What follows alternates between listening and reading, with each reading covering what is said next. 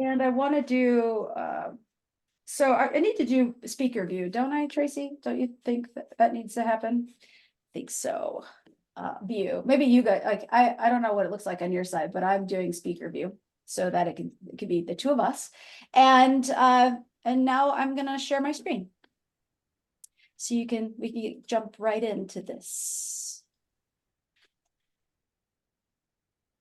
Tracy, so can you see my screen? You see the start of this? Yeah. And I'm also watching Tara for others. I know others are going to be joining us, so you got it. Okay, You're good. good. So you'll be in charge of that, and I'll focus on the actual presentation here. I'll push the button to move the slides across. So hi, everybody. I'm Tara Short with Green Adventures Tours, and Tracey Seward is with me. And we're going to talk to you tonight about our trek that we did to Kilimanjaro in June of 2023. And thank you so much for taking time to join us. If you're not familiar with Green Adventures is my company. I started it we did our first trips in 2009.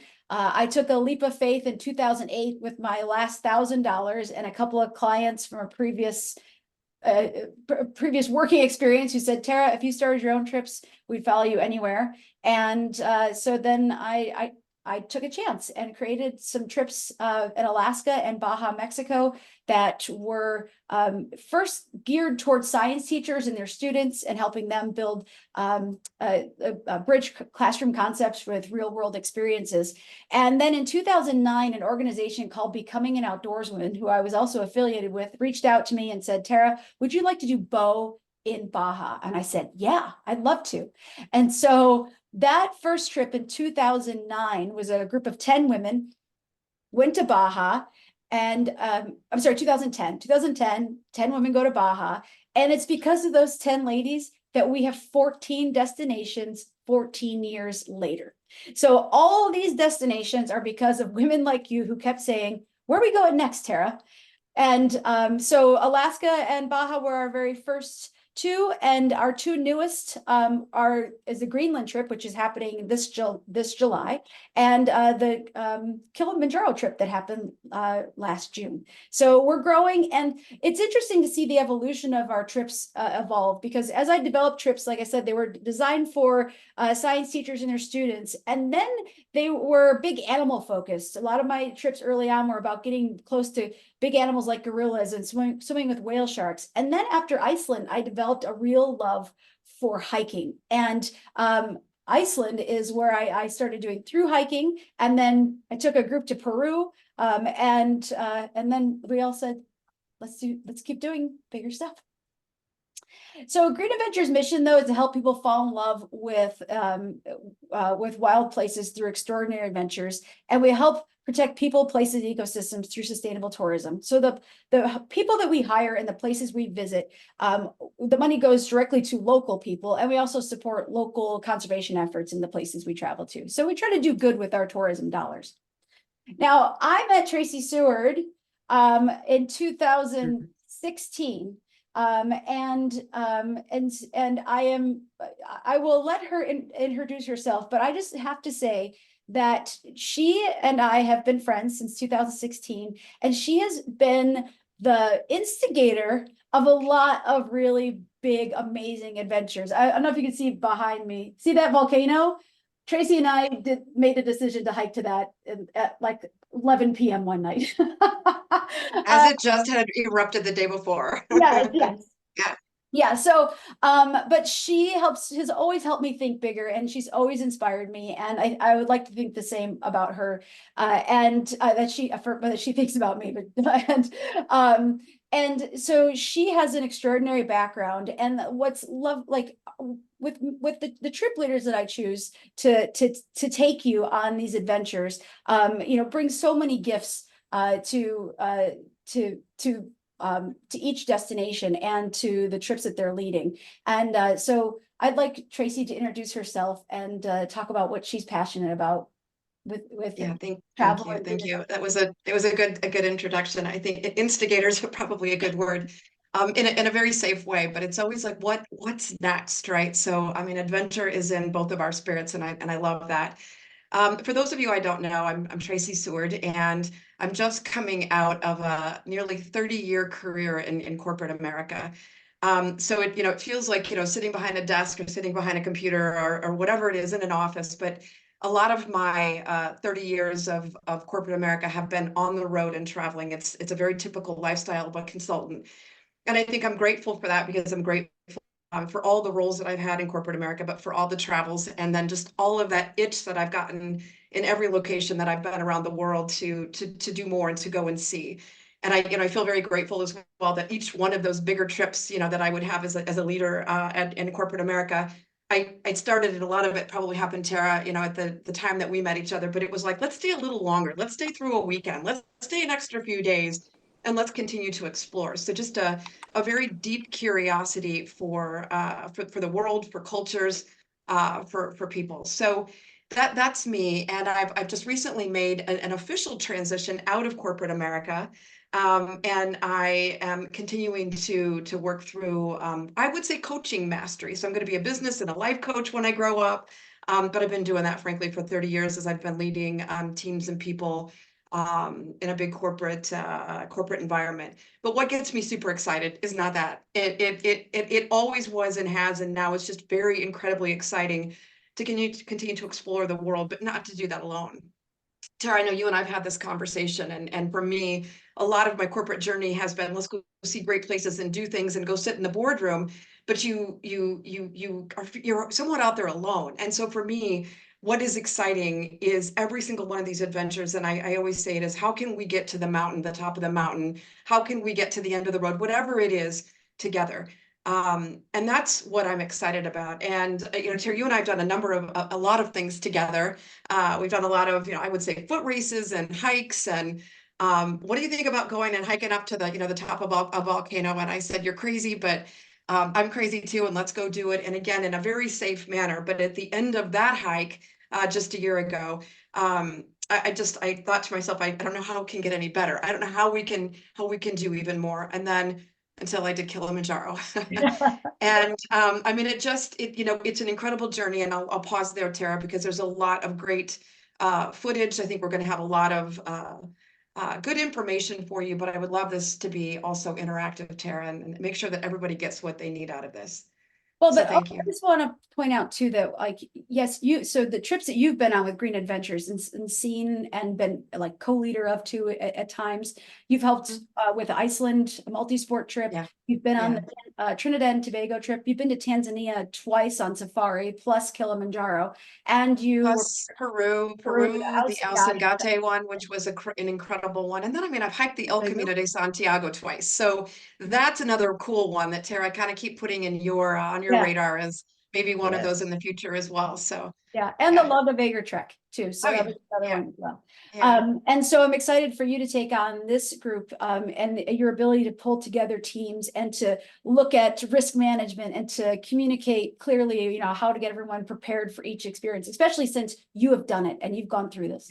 And so where did this all come from? Like I said, we met in 2016, but in 2019, Tracey went to Kilimanjaro on the safari, the Serengeti safari there. And we saw she went to Tanzania, and we saw Kilimanjaro off in the distance. And we're both like, we had been asking what's next, and we're like, it's Kilimanjaro. And it took a few years because some things happened. 2020 happened. But it never left our minds. And I'm guessing that any of you who are here in this presentation right now have had a similar dream. Like, I want to do that. I want to climb a big mountain. Maybe it's Kilimanjaro specifically, but I'm not sure how to do it. I don't know can I do it? I'm not even sure what to expect or where to start. And we've gone through all that for you. We've done all of the legwork. We've gone through the experience and the unknowns, and now we're here to do what Green Adventures does best, is to help you get through that. So in June 29, 2023, it's only a crazy dream until you do it. That crazy dream was made a reality, and we stood at the top of the mountain. All 11 of us, there were 11 hikers. All 11 of us made it to the top. And if you count here, you might be thinking, there's not 11. And this is where I want you to know that you don't have to hike at a certain pace and keep up with the group. There, along the way, you have your, I call them personal summits. You like, I told folks at the beginning of this trip, remember, Tracey, I was like, don't kill yourself getting to the top. It's not worth it, right? Don't go beyond how you feel just because you don't want to let yourself down or let the team down. Letting the team down is usually what people worry about. Like, what if I hold the group up? Guess what? We had 6 guides. And we were able to spread out, all 11 of us could spread out. So there were 2 in the, like, who needed a little bit of extra time in the back, and they weren't even together. They were spread out. So there was a guide and porters with them. And so in their own time, they also caught up and were able to get their photos at the sign too. So there's flexibility within the parameters of safety on this experience. But I remember thinking every night when we agreed to do this, I went to bed and I pictured this scene. I pictured us at this.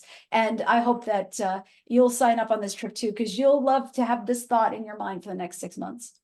But it wasn't just me who got everybody there. It was all of these people. It's the dream team. Look at these numbers. 51 porters, 3 cooks, 6 guides, 11 hikers. 71 people walked up that mountain for 8 days together, walked up and down. 71 people. We were like a small village. But with that, we were so well taken care of. Like, Tracey, what are your thoughts on the people that took care of us? Yeah, I mean, it's almost like I almost want to fast forward to the summit night, but I'm not going to do that yet. But it's just like this team had their arms around us from day 1 until the end, right? Day 9 or whatever it was, completely around us. And whatever we needed, and I know we'll talk a little bit about what it's like life and what to expect and cooking and all of that and food. But I just, Tara, you and I talked about this the other day, like even the first night when this team, if you get rid of this square, right? When this team actually first day did like a circle and sang to each other, right? The first day we were all like, this is truly the dream team, right? And we were singing and we were crying and we were like, we're going to do this. It's just it's incredible when you stand back and look at this team, right? That was there to support us. And just the complete, the friendship and the attention to detail. And it was just like, I see these people that we stay in touch, they're hiking the mountains still every day, right? Not every day, they're doing it all season during hiking season. And to think that they do that all the time and they still treated us like it was their first time. Like we didn't feel like, oh, we got to take these people up a mountain again. They made our experience remarkable. They remembered our names, Tara, right? They would sing songs. They sing Yes. songs and our names would be interjected throughout the entire song, right? Through the entire trip. So it's pretty incredible. So the plan for this evening is to go over these things. We're going to talk a little bit about the geography, just point out where is Kilimanjaro and just so you can see on a map and just some basic information about traveling there. We'll talk about the Northern Circuit route, which is the route that we took on this. And I'll show a little bit of, we're going to show some pictures from the trail with a culmination of talking a little bit about summit night. And then we're going to talk about preparation from everything from like the packing list to some physical preparation, and then some details on signing up and give you a chance to ask questions. Okay. All right, so the geography. Where is Kilimanjaro? It's in Africa. And it's in East Africa. So I just follow a little line here. And can you see my cursor moving? Does you see me pointing or no? Yeah. Okay. Yeah. So you fly to Arusha, Tanzania, and it's actually Arusha, Kilimanjaro. So that's the airport you fly into.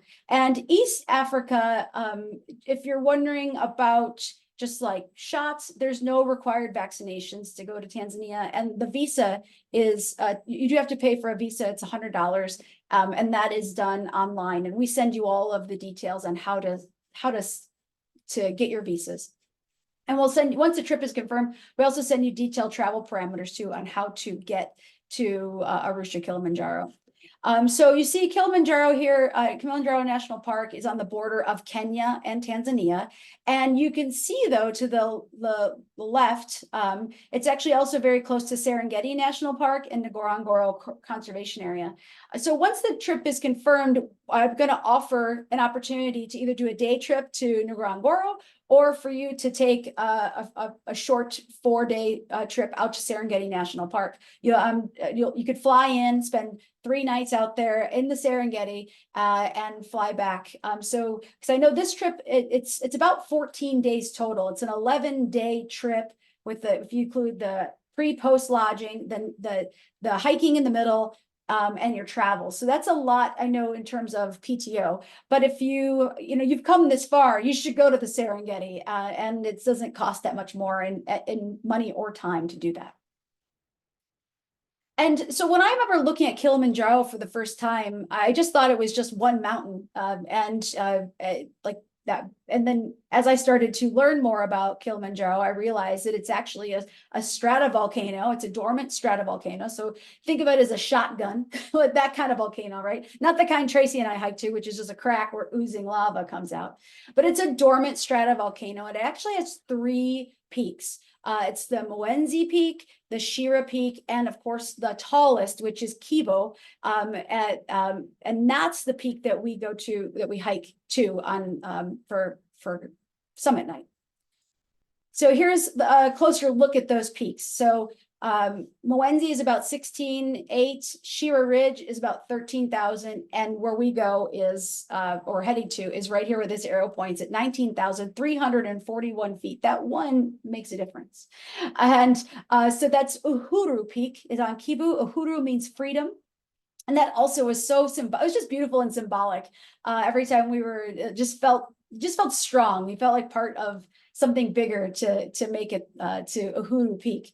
But we do walk, so we take the northern route and it passes between the Shira Ridge. So where my cursor is here, I'm going to show you another map, but I just like to see different views. So you pass between the saddle here between Shira Ridge and Kibu, the main peak here in the middle, and you walk around it. You walk around on this side and you'll see Mwenzi, and then you ascend on this side between the saddle of Mwenzi and Kibu Peak. So we take the northern route, which is, it's the Northern Circuit route. And here is that look, if you're looking down on the top of the mountain, there are seven different routes that people can take to the summit of Kilimanjaro. And when I was doing my research couple of years ago and into last year, trying to decide which route to take, I was definitely concerned about elevation, and I had no experience with elevation at that point. So I was like, I just didn't really understand the need for acclimatization, and how that's done. And here it's hard to acclimate. You can't just show up, like if you go to Peru, you go sit in Cusco for 5 days, and you acclimate. Here you drive right up to a gate at 9,000 feet. And then you start. So there's no place to hang out at the gate to acclimate. And some places, people, so we spent 8 days on the mountain, and 7 of those days were hiking up days, or hiking days, and 1 day was a descent day. But some people show up and they do a 5-day, a 7-day trip, which means a 5-day hike. And you could definitely tell the difference between those who had time and those who rushed up at the top of that mountain. I think that's one of the things that I noticed most, Tracey, and we both saw, like, people who you could tell did not have time to acclimate, and they look like rag dolls kind of being carried down. And so that's why other routes have a lower summit success rate. This is a longer route, so you have to spend more time out on the trail, but you have a higher success rate. And with our group, we had athletes, we had people who were not athletes, who were just hikers, or I don't think they'd even, I think we had one person who wasn't even somebody who has done like any kind of event, like a 5K or something, but she had mental fortitude and she was a hiker. And she made it to the top of at Kibu. as well, because we just had time to get used to elevation. And so if you look here, we started, so the red highlight is the route of the Northern Circuit route. And to the north of it, the Northern Circuit, that's Kenya. So we will, as we go around Uhuru Peak, we eventually leave Tanzania and look out over Kenya. And we start at 9,000 feet, and it's about, so we start at the hotel. It's a 3-hour drive. We get to the gate. At the gate, they weighed our bags, and we had lunch, and then we started out on the trail. And so that first day, we went from 9,000 feet to 11,000 feet, and it took 6 hours to that to the first to Shira Camp. And then after Shira Camp, we went to Shira Camp 2, so Shira 1 to Shira 2, and notice the difference here. We only had like 1,000-foot elevation gain, and we only hiked for about 3 hours. We hiked for 6. Oh, I didn't put the there's a time difference here, so I'm sorry. Let's just focus on Shira 1 to Shira 2. Yeah, so that was 3 hours. So Shira 1 to Shira 2 was 3 hours, and we only had like 1,000-foot elevation gain. And then from Shira 2 to Morhut, there wasn't even a big elevation gain there. It's just a couple hundred feet. Now, granted, I think there was a little bit of up and down, but there wasn't overall elevation gain. And we only did it for 2.5 hours. And you see the elevation is not changing much. 9,000, 11, 12,6, 12,8. Then we go to Buffalo Camp at 13K, 13,000 feet. And that took us 7 hours to get there. And then we went to Third Cave, and that went up to 15,000. So we spent a majority of our time between 11 and 13,000 feet, which wasn't, it was like day hikes every day. It was like, I was like, if I didn't realize that this was just going to be kind of nice little day hikes where we sometimes get to camp early, or we never were like, we were never out all day, you know, strenuous hikes. Yeah. Okay. Yeah.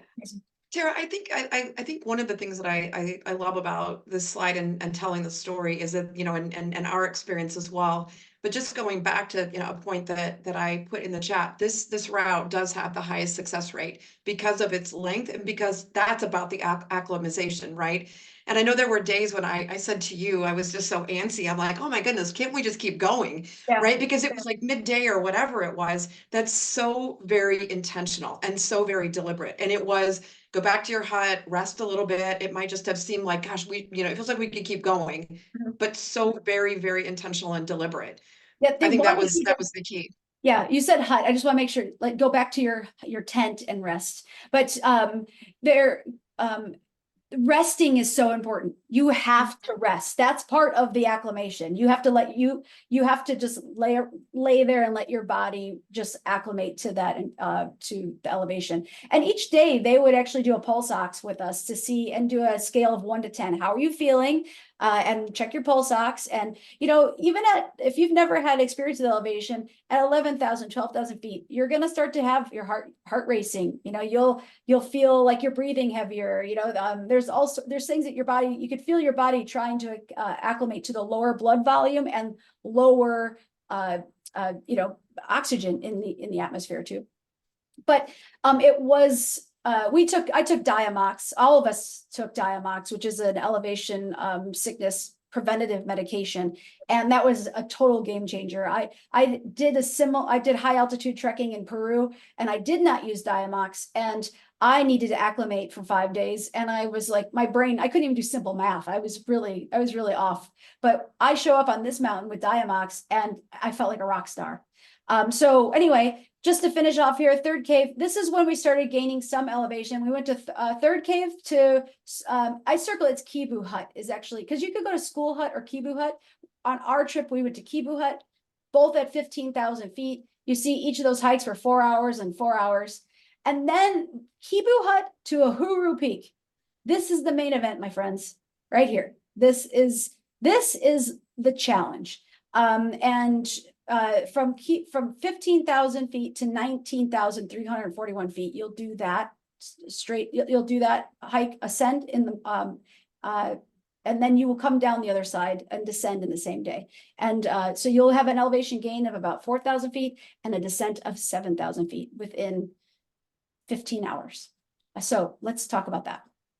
But let's see what it's like with Kilimanjaro from like the trail side, right? So you're gonna Kilimanjaro, I didn't know what to expect in terms of views, honestly. Tracey and I both talked earlier today that we had like preconceived ideas before we did this, like it was going to be freezing cold, that we were gonna like it was gonna be like a winter environment the entire time. And I knew there was tropical forest to go through in the beginning, but I just pictured majority of the trip that we were gonna be cold, and that wasn't the case at all. So when I told you when you start off, you do a drive through the it's 3 hours to get to the trailhead, and that's the cultivation zone, which is where the farms are in towns. And then the gate, the Landrosi gate, is at the rainforest. And this rainforest, I wasn't sure what to expect in terms of temperature. I really expected like hot Costa Rica type tropical humid rainforest, but it was more of a experience that was more like a boreal forest or something in the Pacific Northwest. Moorland, which is a unique zone in itself because it's like it's kind of like a San Diego type scrub desert with some endemic plants that can only be found there. Some are several hundred years old. And your guides will talk about these like different species of plants and how they're used, or they'll point out animals. We saw some animals in the rainforest too, mostly the vervet monkeys.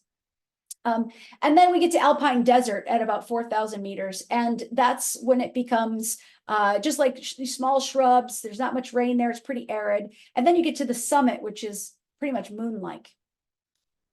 And here's kind of what they look like from a day-to-day perspective, from the rainforest to the moorland to the alpine desert.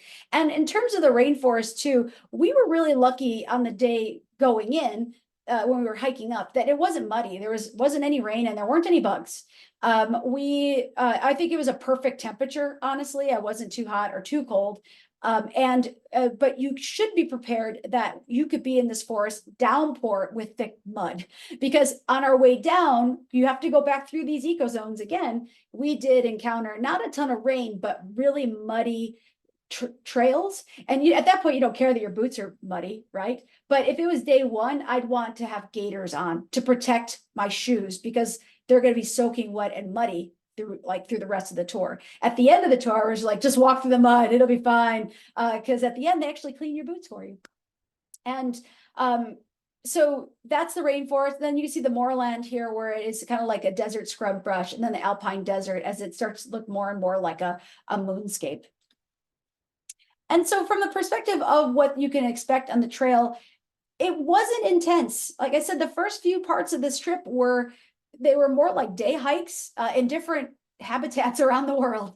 And here's Faraji, who's talking to us about something on the trail. He could be talking about that tree, the medicinal uses of it, or how animals use it, or other ecological components. I remember this day coming down. It was so magical. Do you remember? It just looked like with all the fog in the mist, I mean, fog in the trees, and it didn't seem like a tropical rainforest. It just seemed like another part of the world. Yeah, I think what was also fun is just watching the monkeys in the trees as we came down, and the stories that he was telling us about just the ecosystem and the plants, and it was good. And this is how your trip starts. So this is at the hotel, and from the moment we get on the bus, the team, like everybody, is celebrating with us. And like this song, you will sing pretty much every day, and it will lift your heart in times when you don't think you can even put one other foot in front of the other. And I look at this now and I just love the memories that this team made together. And yeah, so I look forward to seeing this happen for all of you. Hakuna Matata. So Tracey, doesn't that bring back great memories? It does. I couldn't hear the song, but it doesn't Oh, come through, but it does. Oh, No, darn it. yeah, I'll have to send it. it does. It's Yeah, I'll have to send that. That's unfortunate. You can't hear that song. So this is like I said, the very first part of the hike, and it is like I love this picture of Tracey. It's because it's like, we're really doing this. I think you might feel the same too. You get off the bus and you are about to embark on this. You're like, I can't believe this is really happening. And notice there were the packs that we're carrying. We're carrying basically trail comforts. So in our packs are water. We have our hydration bladders, trail snacks, sunglasses, just things we need on us right away. But behind us is that, remember that team of 50 some people? They're behind us. And our porters, we each hired a porter to carry our backpack. So in your program fee, your luggage is moved with your tent and all that stuff. But you have the option to add on to hire a porter, and that porter will carry your backpack for you and just be available if you need extra stuff. So we were joking early on, like when this whole trip was starting, it was like, I feel like I'm cheating. And like, you're cheating the moment somebody carried your stuff up the mountain. You're cheating the moment someone's cooking you dinner at 15,000 feet. Just enjoy this experience. And it's an extra $100 to hire a person. You're hiring this person to take you, up to take care of you. And some people made really great friends with their porters. So just to be clear, like what's in the two different packs? Like what's the porter carrying versus what's on my back here, right? It's just what I need at my disposal at any moment in time. So I mean, clearly I've got water in there. I had suntan lotion.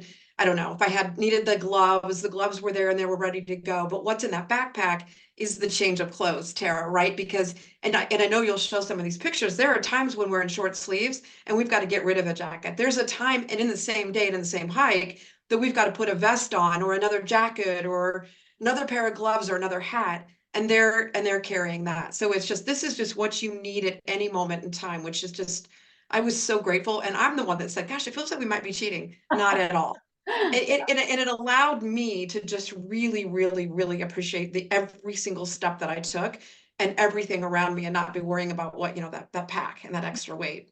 Yeah. And then, so these are, I just picked different slides from different days to show you just a little bit of what the trail looked like. And here is that scrub zone, or scrub brush between the tropical rainforest and the moorland, or it's actually could be the moorland and the alpine desert. But it was relatively flat. There are some like gullies where there's, water that's worn out the trail a little bit. But overall, not challenging each day. And then, like when we got back at camp, you could rest. Some people did yoga, but look, there's Kibu at this is one of the Shira camps. Like it was so amazing to go to sleep at night looking at our destination. Like that's where we're going. And from this point forward, that mountain is always in sight. And then it's just like, wow, we're getting closer and closer to it. And sometimes when the moon was bright at night, you could see the mountain lit up by the moon. Super, super special. And so our camps are all in really scenic spots. And here looking out over this, this volcanic landscape out into the clouds, we're above the clouds and out there is the Serengeti. And it was just, you feel like you are in Mount Olympus looking out at the world. Like I said, it's mostly flat, but there was some scrambling. And each step of the way, there were guides and porters who had your hand. I never felt like I'm always looking out for risk, right? I'm always looking to see if guides are taking care of our clients. And these guides get triple A+. They were the most attentive, caring people for individuals in the group, not the whole, like, it wasn't about like, oh, moving this blob of people from one place to the next. It was looking at the individual and seeing what does that person need each day. But there's never any like sheer drop-offs. There are routes that you'll read about where people have to do, oh gosh, I can't remember what that one's called. It's like something, I can't remember what it is, but it's like you basically like have to lean your whole body against the rock and like shimmy yourself across it. And then there's people who are trying to spot you, but if you fall, you could fall and really hurt yourself. We didn't have any of that on this hike. Like I said, it was a series of mostly easy day hikes until summit night. And so here's summit eve. So this is the night where Faza, he's the lead guide, he breaks out the map and he talks about, here's what we're going to expect. Here's what, it's a chance for us to ask all the questions. And boy, we had questions. There was a lot of detail oriented, folks like, what about this? What about this? And he had all the answers for us. So we went over that. And so the plan for this day then, here's the tents at night, the stars, and the clouds. This is a typical scene on this side of the mountain. And so this day we got into camp around 3 o'clock, did that the presentation or the briefing that Faza just did. And am I breaking up at all? Because I just said my thing's unstable. You did. You broke up a little bit. I was about ready to say it's magical. This was magical, but okay. You're back. You're back, Tara. Okay, good. And so and just so you know, if for some reason we get disconnected, we will email you the same link again, and we'll just pick it right back up. So this night, we sleep until we have an early dinner around 5 p.m. And then we go to our tents and sleep until 11. And then we get up and we go out and we prepare for our day. And you won't be able to hear this, unfortunately. Can you hear it at all? Just a little bit. And so this is Faza getting us ready. We're basically just saying, he's like, we're one team, we're one dream, Green Adventures. And then he's like, let's go, pole, pole. You're going to hear pole, pole a lot, which means slowly, slowly. At elevation, you can't go fast. And you might feel like, we walked really, really slow. And I'm going to show you a video of just how slow we're walking. And part of you is like, why? I'm never going to make it there at this. I'm never going to make it there at this speed. But you do, one foot in front of the other. And so what does summit night look like? It starts at 15,000 feet at Kibu Hut in the dark. And I think our biggest fear at that point too was like, I know Tracey and I, we would talk because we were, in our tent together. And actually all of us wondered about this. How cold is it going to get? Is it going to be so cold that like we're like panic cold? How will we be prepared enough? And we were totally prepared. I can't remember what the temperature was. I think, wasn't it like 32 Fahrenheit or something? It wasn't a crazy temperature.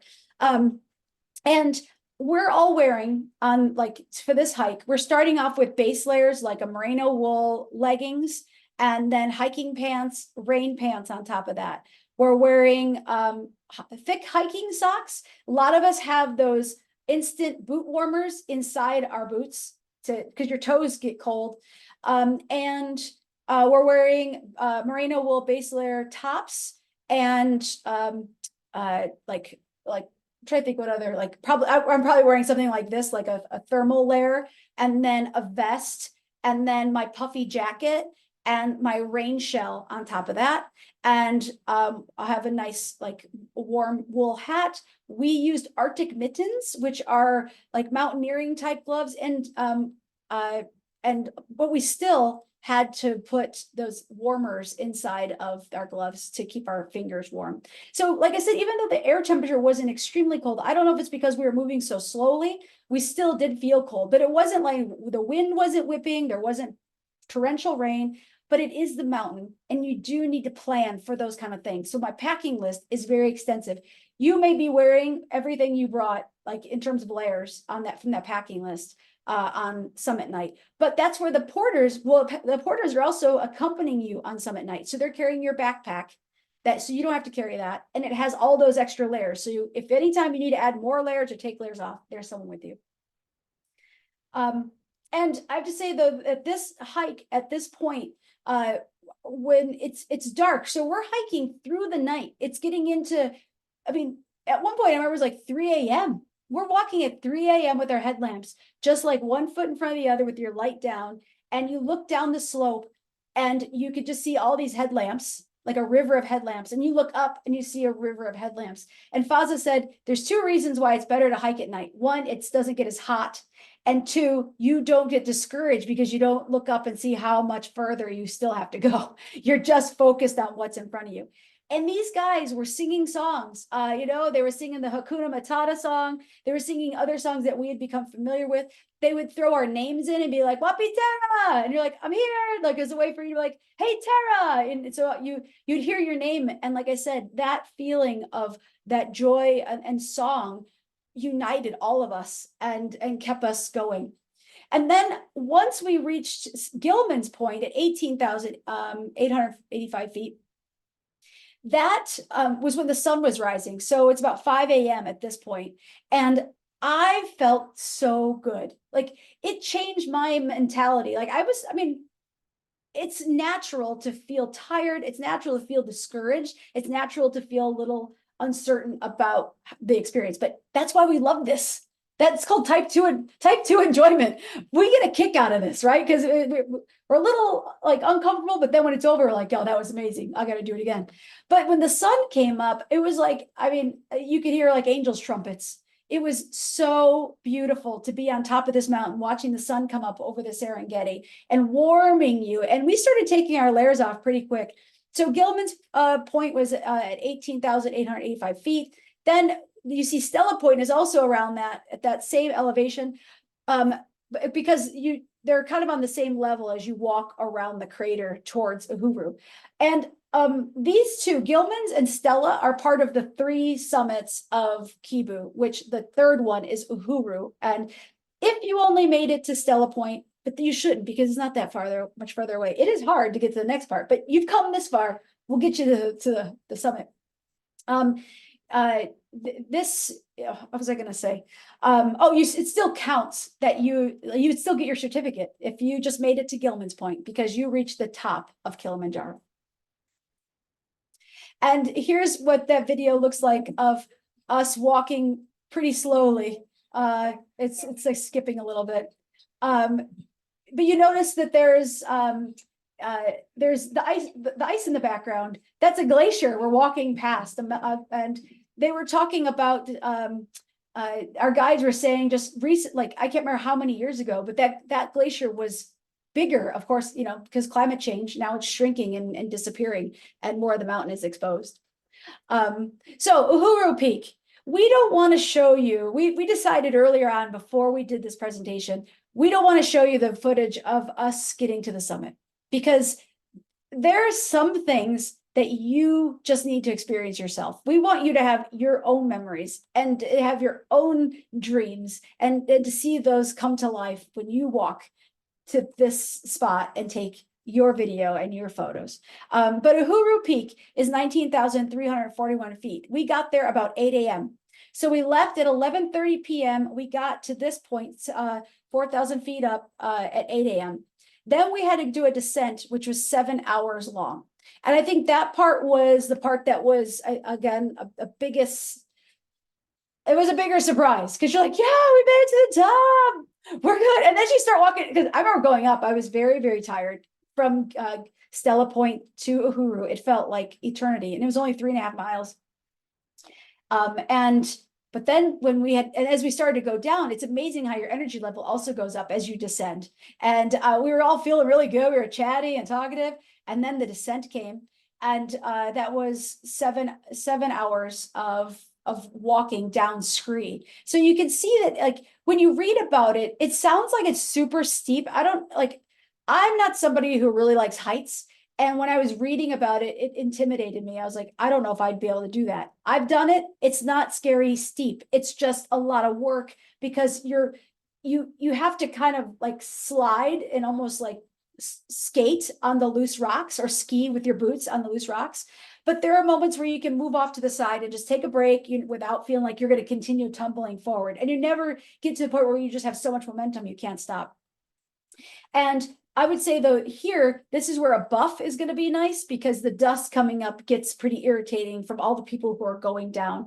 And this is where gaiters are helpful. If you're the rain pants have gaiters, that's great. But this time of day, it gets really hot. It got super intense hot. We were peeling off layers. I had my rain pants open on the sides and venting, just to try to stay cool. But also I needed them for my gaiters. Otherwise, your boot will fill up with the scree. So this is where gators come in handy too. And then by 3 o'clock, we made it to 12,000 feet. So 19,000 to 12,000 feet. This is all the same day. I say it's the stuff the military does. And we did it, and we got down to our tent by 3 p.m., had dinner, and we were done. And then the next day we had to hike 6 hours to get to the gate, and that's where we went back through rainforest again. But just I'm not going to do the video. It's here. Let me see if it skips. Just to kind of see what this looks like coming down. So it's steep, but it's not like dangerous steep. And you see there's porters with us the entire time.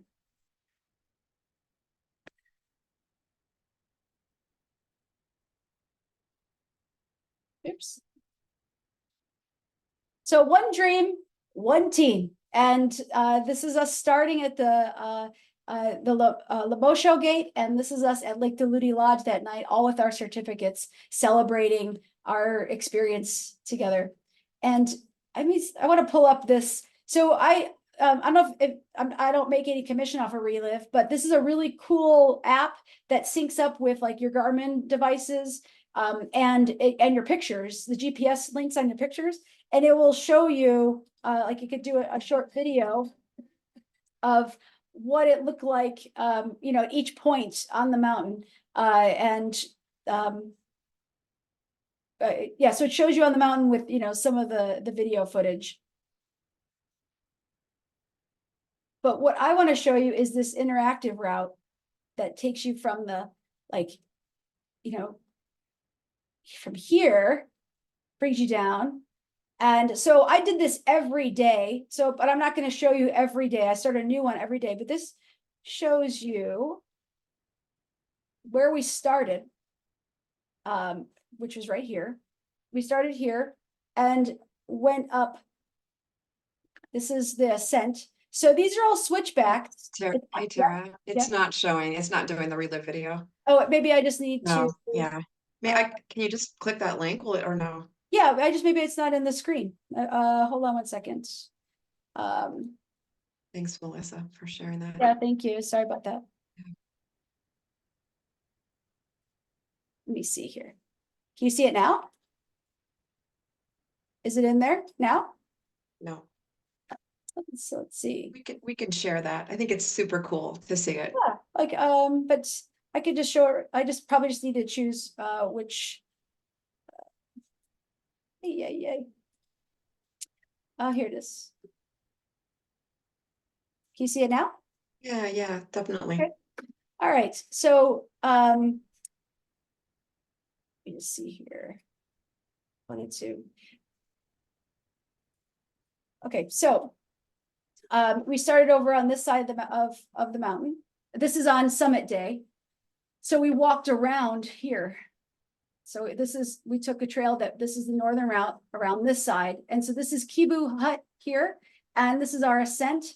And these are all like switchbacks. It was steep, but it wasn't like straight up. So there were like, I never felt like I was falling backwards, but it was like, straight up. And then you walk along the crater here, and this is the end where Huru Peak is. At this point, the highest point on the mountain. And then we come back down the side of the crater, and then descend down this path. And you see, this is a like long route. There is a camp that's right here, but that camp is typically like we saw the most hikers on this day. This is when it was like crowds of people, because a lot of people come up this route too. So there's people going up and going down over on this side. And so you just see a lot of folks. I can't imagine walking up that scree that they did to summit, but they do it much shorter, right? So we're coming down here, but there's a camp so we didn't stay at this one, and it was so tempting. You're tired, you're like, why can't we be at this camp? Ours is down here, an additional 3 hours from this camp, but in the long run, it paid off. Okay. So let me just get out of that, go back to the slideshow. Sorry about that. Thanks for pointing that out. This is like, Okay, so play from current slide. And can you see it, or did I not share it yet? Not yet. Okay, okay. Where'd you go, Zoom? Tara, we've been going for 50 plus minutes or so. I think maybe you want to take just a little break. Let's do you want to? Well, let me just wrap up if that's okay. Okay. What I'm doing.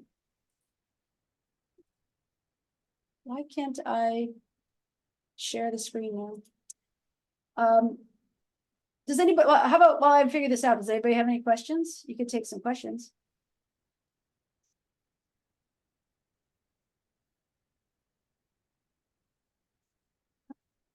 I don't know how I ended up losing my ability to share screen. Oh, there it is. I just need to switch a different, there we go. Okay. All right, good. So, the one team, one dream, and let's talk about preparation. And Tracey, do you want to take some of this? Yeah, there's a question, and it might be just to me, Melissa, but I'm going to touch about this in a minute. It's a great one, by the way. What about toilets? What a question, right? So it's incredible, and we're going to come to that here in a minute. So just bear with us.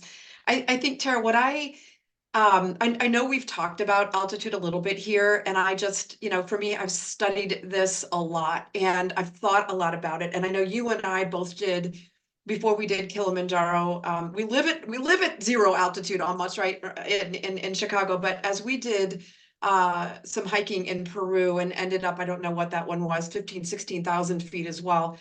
Again, with no medications, but just kind of landing in Peru. I think we learned a lot about, ourselves, our bodies, etc. But I think this is important, and this does make people get a little bit nervous, especially if you don't live in a high altitude area. I think the one thing that I'm going to jump in and say, and Terry, you already mentioned it. You talked about getting some medication from a doctor, if that's, something that you want to do. And in my opinion, I did it for myself. For Kilimanjaro, but I did not do it in Peru, and there was a significant difference. But let's just start with, what is this? And it does start at 5,000 to 8,000 feet. And Tara, you said we start at, what was it, 9,000 feet, right? Yeah. So you essentially could start to feel the effects, and will start to feel the effects at right when we start hiking. It starts with headache, and I would say that if anybody, that was probably a very common thing for most people, a little bit of headache. I know I was always so very thirsty. Always just wanted more and more water. But then again, you could have some nausea, you could have the fatigue, you could have the difficulty sleeping. To me, I laugh at this one because you're always kind of anxious about the next day anyway. So there's a little bit of that, in you as well. But the preparation piece of this, one of the things that I'll want to say that's not on this, number one, definitely we want to make sure, that you have clearance from a doctor before you take on any of this, this hiking expedition here, to consider the prescription of Diamox. But the other thing that I don't have on this slide, Tara, that I thought a lot about is just general breath work, right? And endurance, that we'll talk a little bit about here in a minute when we talk about training, I think goes a really, really long way. So you may get a little bit anxious. For those of you who've done altitude hiking, and I'd love any of your feedback as well. But your body is starting to do some different things, right? And it's not familiar for those of us who've not been at altitude or have not spent time in altitude. But there's a lot of the breath work that, training for me, Tara, that was, I just think, really, really helpful. So breath work, yoga, just training yourself through this process. But I would also say endurance, is another piece here, and we'll talk about that training in a second. Was there anything else on that previous slide, Tara? I was just trying to. Oh, sorry. Yeah. No, I don't think so. I just want to make sure I didn't miss anything. So the preparation, right? The prevention, and we've talked a lot about prevention, right? So this prevention, the deliberate route of the Northern Circuit is what I think is the best part of this. I've heard a lot of people say, oh yeah, well, you did it in 9 days. Couldn't you have done it in 5 days? We probably could have, but the success rate definitely would not have been what it is. It just is too fast for the body, in my opinion. And this is what's so very important about the route that we took, right? The hydration, you want water. You don't have to be reminded because you really, really want it. But we load up on water the night before. We've got water that is sterilized with us all the way, you know, on the hikes. You can fill up your packs as well too, but you're going to want to stay hydrated. And Tara, you talked as well about, I just wanted to make sure we are tested every single day, right? Our pulse oxygen level as well as our heart rate. And then they're checking with us. How do you feel today? And they kept track, and we had the conversations every single day. So this is important because this does make people feel a little bit nervous and anxious about, well, what's it going to do and what's it going to be like? But they're, you know, to me, when we talk about the, you know, fitness here, I think the fitness piece of this is also very important, as is the breath work.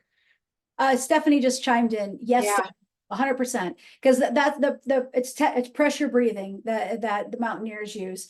And it's you take a deep breath and you exhale very, very slowly. It's like I put like almost like a bridal march into it, and the breath. It's like I get into a cadence of like inhale, take 2 steps, exhale in that process. So it's like it's not, you know, it's much slower and deeper, purposeful breathing. It's very meditative too.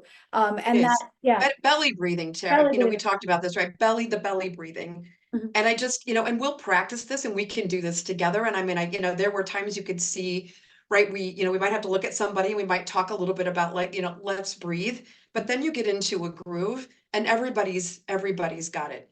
Mhm. So I just want to make sure there's not any others. I love that, Stephanie. Belly breathing is how we talked about it a lot as well too. The other point here, Robin, thanks for asking the question. What happens if you fail the pulse ox? I think it's a great question, and I don't even know what the failure mark is, by the way. There were individuals where we were kind of playing with each other in the tent each day. We're like, oh, that's really low, and that's the lowest, and oh, I'm lower than you. But ultimately, how do you feel, Mhm. right? And I would say, Tara, you can comment on this as well too. The guides would not have, they would have taken and you know, kind of put their arms around you, I would say, and probably, you know, listen, we're not going to continue. Nobody failed. Yeah, Nobody failed. right. And there were levels that felt like, as we might know when we see pulse ox, that we would be like, gosh, that feels quite low. Um, but ultimately, they were just monitoring and watching us every single day, and everyone stayed on point. Because can I just, yeah, I just want to point out that it was not just pulse ox, as Tracey was saying. They want to know, do you have a headache? Are you lethargic? Are you unable to form sentences? You know, like, are you having cognitive issues? So they were looking for, you know, they were looking for the other symptoms of, like, you know, HACE and HAPE, you know, like the high altitude pulmonary edemas, those kind of things. They were looking for that. And if they felt that they also have emergency oxygen with them. If they felt that you were not able to continue, the protocol for people who are experiencing elevation sickness like that would be to descend. So you would be escorted and you would descend. And then they would make a decision whether or not did the descent make you better, and they can bring you back up, or are you done? So that would be, you know, you can't push your body to do something it just isn't able to do. Even the best hikers who have summited many mountains will at some point, I mean, they could at some point experience mountain sickness, even though they never experienced it before. It's not like saying, oh, I don't get seasick, I'm never gonna get seasick. It can strike anybody at any time. Go ahead, Tracey. Let's keep going, Tara. Okay. And then keep the questions coming, because there's a couple of questions here I maybe we can come back to as well too, but I'd love to get through. I'm watching time. I'd love to get through a couple more of these. I think, you know, there's a lot of people that ask me the question as well too, Tara, like what, you know, am I fit enough? Can I do this? I don't think I can do this. I don't think I'm fit enough. And I think what's really important is we're at a great time right now, no matter where you're at fitness wise, to work together to get you there. You know, the way that we look at it, right, and I think you'll see this everywhere as well too, is, and I hope this came out, you know, in the presentation here, you need to be at the ability where you can walk and hike. And it doesn't necessarily mean, you know, like in an incredibly steep mountain, 6 to 8 hours a day, as you heard Tara talk about the day hikes. But this training is going to be incredibly important for you, that we'll talk about here in a minute, for Summit Day, because Summit Day is tough. And it is tough up and it is tough down. So this, you know, benchmark, if you like, of being able to hike 6 to 8 hours a day with a 20 to 35 pound backpack on is going to be really important. And I say this, when to start, 3 to 6 months, right about now, is really important. And it depends on your fitness level. where and how you want to start. We've talked a lot about this. I would love to train with everybody as well too. I'll continue to go on my training journey right now, and I think it's very good to have the accountability partners, and we're going to do that with you as well too. Tara, I love what you did though. You signed up for at least one event, and I think it was a 15K race, right? But Well, this is one of the I don't know. right. Sorry, Yeah. half marathon. But I didn't have a half marathon in my blood. I'm struggling these days actually running at distances like that. But I'm a biker and I'm a cycler. So for me, I would be on the bike. You want that back to that breath work. This endurance thing, I think for me was incredibly helpful and very, very important. So, that type of training, a combo of the cardio, the endurance, strength training, flexibility. For those of you who maybe trained for a race or trained for something, that if you trip and if your core is strong, your core is going to hold your body up, right? Because there is a chance that you'll trip. You get tired. So this combo of training program, I think, is what's very, very important here. Yeah, And I would love to be able to train with a team here as well too. So Tara, go ahead. like I think that was the nice thing too when we were working on our trip last year was how are we going to, like, we would do check-ins with each other. We would say, this is how what we did this week, and this is what we're doing to help prepare for the event. Accountability. Yeah, the accountability. And it's the mental fortitude. That's what's going to get you up the mountain. It's staying positive. That's why they sing songs. That's why we all sing songs, because we want to stay positive and believing that we're going to get up the mountain. But Tracey, do you want to talk about? Yeah, let me keep going, and feel free to add in here as well too. So I think I love the bathroom question came up a little bit ago. As well. So we'll talk a little bit about that. This is a bathroom. This is our toilet on the right-hand side of the screen, right? It's a tent. You'll be able to zip the tent all the way up so you are private. Yeah. And this is the bathroom at the campsite, right? So with a small little portable, toilet that's got water in it that you step on and the water will flush stuff away. But if you're hiking, right, and you've got to go on the mountain, right, you will go on the mountain. But this is a bathroom that is at our tent and at our campsite every single day. The other two things here too, Tara, and I don't know if you want to add anything more about the tents and the upgrade itself, but I think you can have a single tent, you can have a double tent. Tara and I were in a double tent.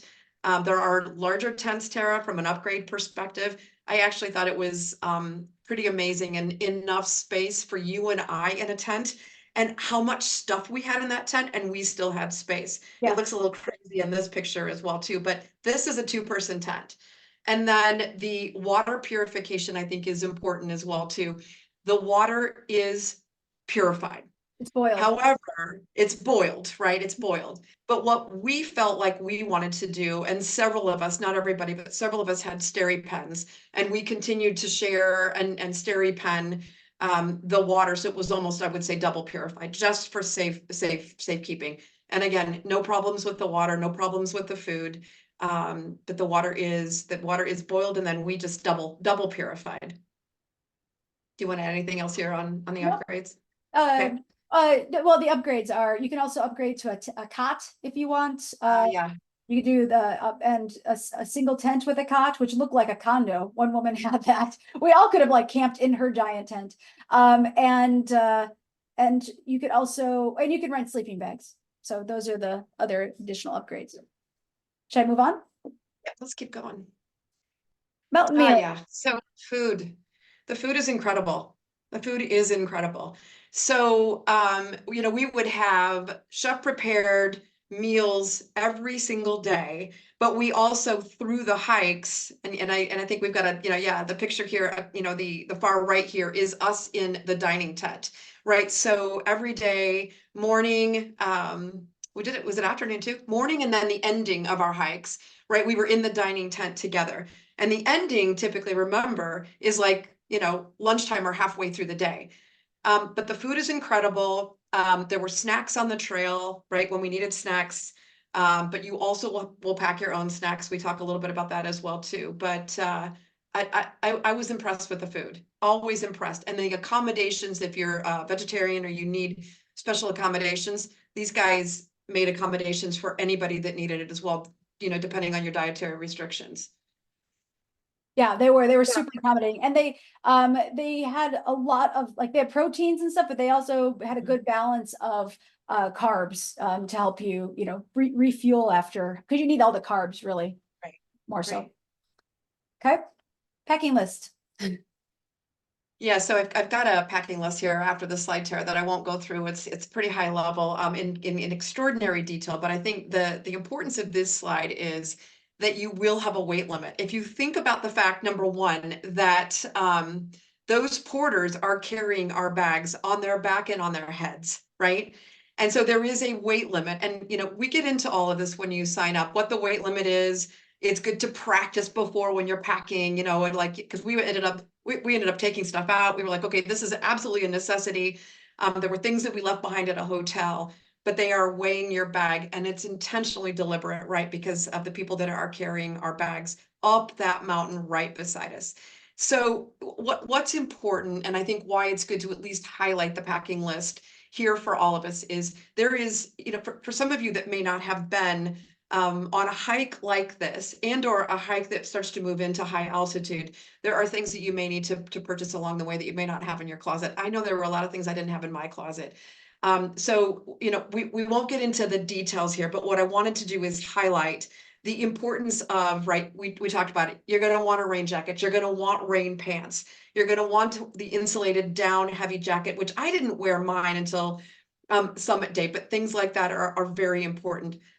Probably the highlight that I would say about this slide, Tara, you always tell me this every time we go somewhere: layers, layers, layers, layers. Like, you saw some of the slides here where I was in a short sleeve shirt, and Tara, I think there were days that we were actually in a tank top. Then there are other days when you're in 2 to 3 layers.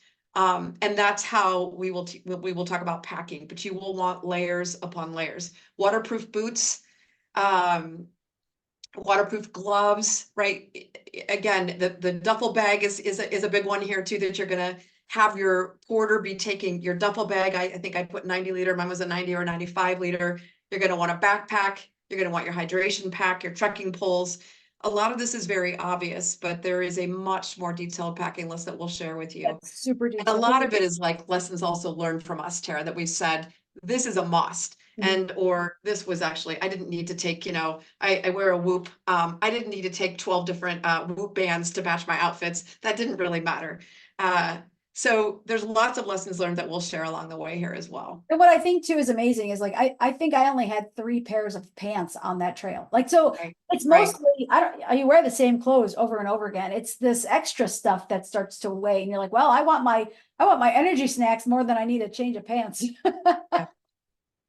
Okay, so if this gets you excited, if you're like, man, I got to do this, we're excited for you, and we want you to join our team. And so this is now keep in mind, this is an 11-day trip, a 9-day hike, and the cost is $48.50 per person. That's double occupancy. So that means you're sharing a room and you share a tent. If you can sign up solo and we pair you with a buddy, this is a women's hiking trip, so we always have roommates. And if we end up with an odd number, we will move people around that are solo travelers that, they could have a single for the night or such. And to sign up, it's a $300 deposit through February 1st. We want to establish our team of a minimum of 6 by February 1st. So a $300 deposit, and then the installments are going to be 4 installments, $215 through 515, and they're each $1,137 each. What's not included is airfare. You can estimate about $1,000 to $1,500 in airfare. Travel insurance. The gratuity is $600 minimum per hiker. You saw there was 70 people on the trail. 60 of them are crew, and and your porters get $90. Like, a porter gets $90. So it adds up. So that's the minimum gratuity, and we end up still giving more to our porters because they just work so darn hard. So having some extra cash on hand is not is a good idea too. So to sign up, you would go to greenadventures.com, and I might have to change my screens to show you how to do that. Let's just see here. I'm getting good at this. So now, do you see the Green Adventures website? Yeah. Did it change over? Okay. Yeah. So you go to greenadventures.com and you go to destinations, Tanzania. And it's listed here now. It's June 21 to July 1st. Wouldn't be something if the internet's not going to pull it up. Oh, there it is. Okay. So, and this is where you sign up. And oh, I got to fix this. This is a $300 deposit, but we have supplemental information here, so you could read more on that, and then a whole document that digs deeper into that, which goes into a lot of the stuff that we've been talking about, but like the data, like how the temperature, the type of shoes, the elevation, all that stuff. And then it gets down to and the luggage restrictions, and it gets down to a detailed packing list that you can, check off from there. Okay.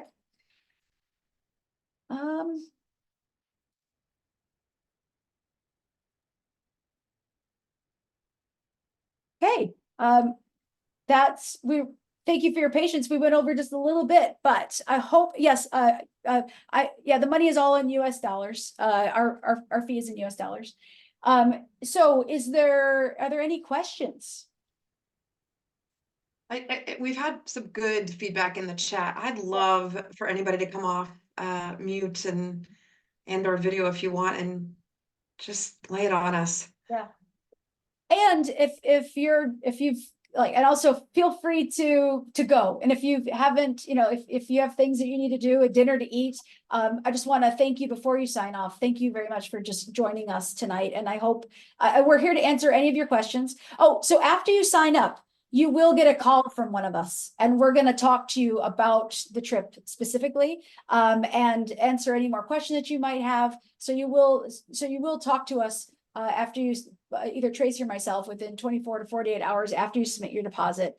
And then we hope to get our team of 6 by February 1st. But the last date to sign up for this trip is going to be March 1st. So if you're like, still need to think about things, and I'm not sure, we want our team formed by March, because there's going to be so much discussion. And if you come in later than that, you're going to have missed a lot of that information.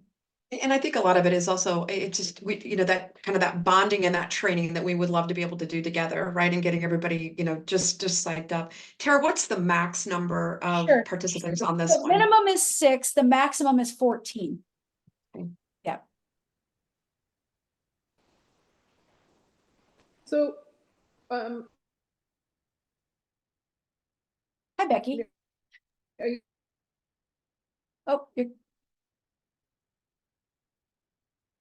I can't, I think you might have Becky, you want to put it in the chat?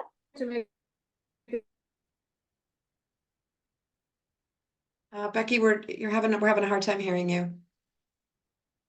Do you want to just put your question in the chat, Becky?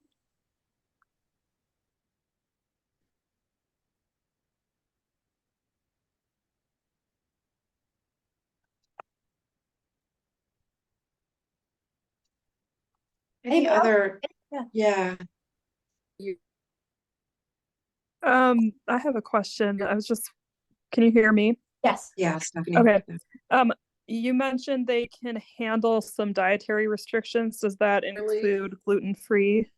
Yes. Yes. Yeah. Mm-hmm. Great. Yeah. Remember the meals? It was like this, they would come in and be like, vegetables for all, and they go vegetarians, gluten-free. So it was nice. Like that was, we were joking. It was for all. Becky, you still trying to get through to us?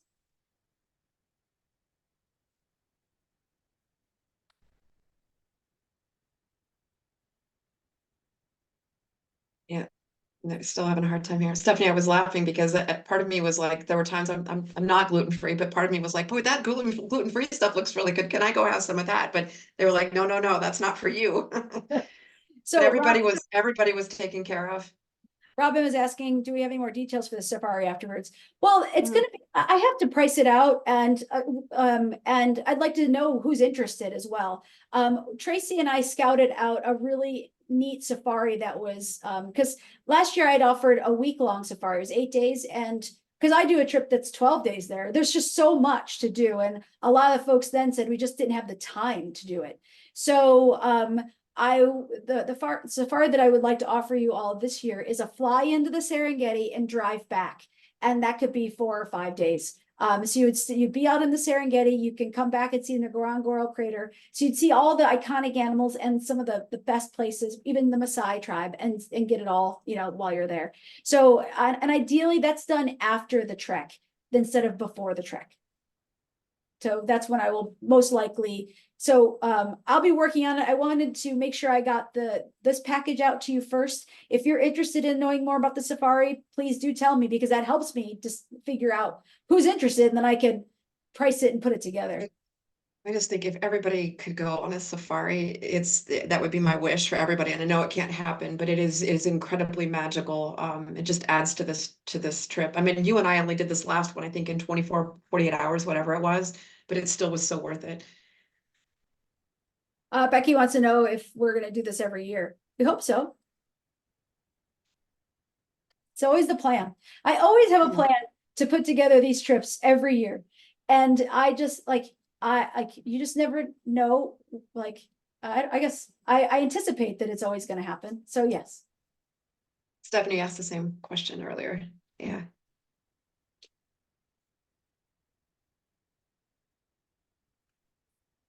Any others?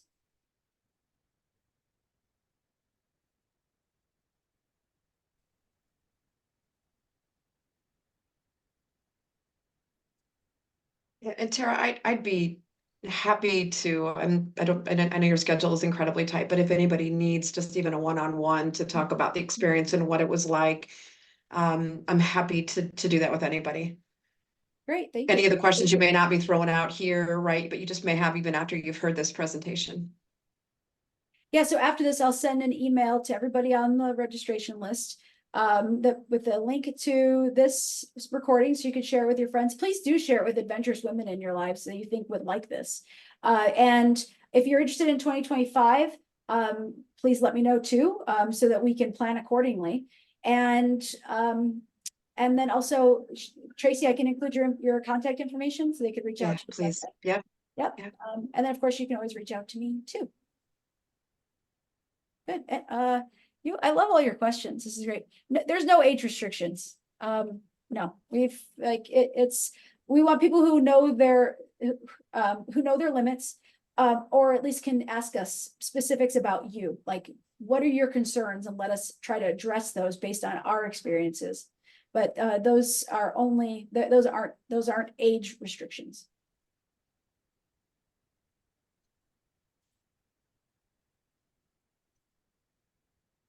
Great, Melissa. Yeah, there's a couple people interested in 2025, so that's awesome. I torn between this and Peru. You know what's Amanda. So Amanda, yeah. Tracy's like, do you know Amanda? Is like, no, I don't. I don't think I do, but Amanda, it's like for me. Sorry. Oh, go ahead, Tara. I was going to say, Tracey knows this feeling, torn between Peru and Kilimanjaro. Oh, now, no, seriously, yeah. So this is Kilimanjaro is more difficult than the trip in September, if that's the one you're talking about, which is like Inca Trail, Sacred Valley, and then with the optional Lares trek at the end. So the optional Lares trek is a challenging hike, but it's not as difficult as Kilimanjaro. But they're both really, really great. Kilimanjaro, Peru, we've done some, Tracey and I did Ausangati trek in Peru too. Peru is just a different beast. It's like, I don't know how to explain it. Both, whatever you choose is good. Yeah, they're incredible. I could talk about Tracey's both of those. Both. Yeah. I am doing both, and there's some similarities, but there's extreme differences. And I mean, even just about how you feel spiritually, I think almost in both of them are a little bit unique and different, but they're so special. Yeah. Yeah, I couldn't choose between one or the other. They're just different experiences. I think it'll come down to, what do you want to accomplish this year? Where do you want to go? Any other questions?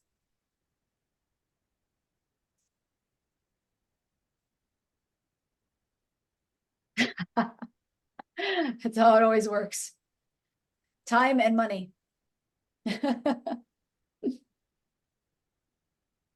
Yeah, Amanda, if you want to chat at all about the two and just think about the differences, happy to do that with you too. Any others?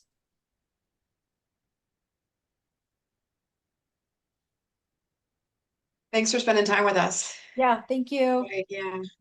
I'm gonna turn off the recording now and we'll stick around for a few more minutes in case anybody has any questions off camera. But thank you again for joining us to learn about Kilimanjaro. Let us share our stories. It was really great to relive them as I was creating this presentation. And hopefully it was informative and you feel inspired that we get to meet you someplace one day in person.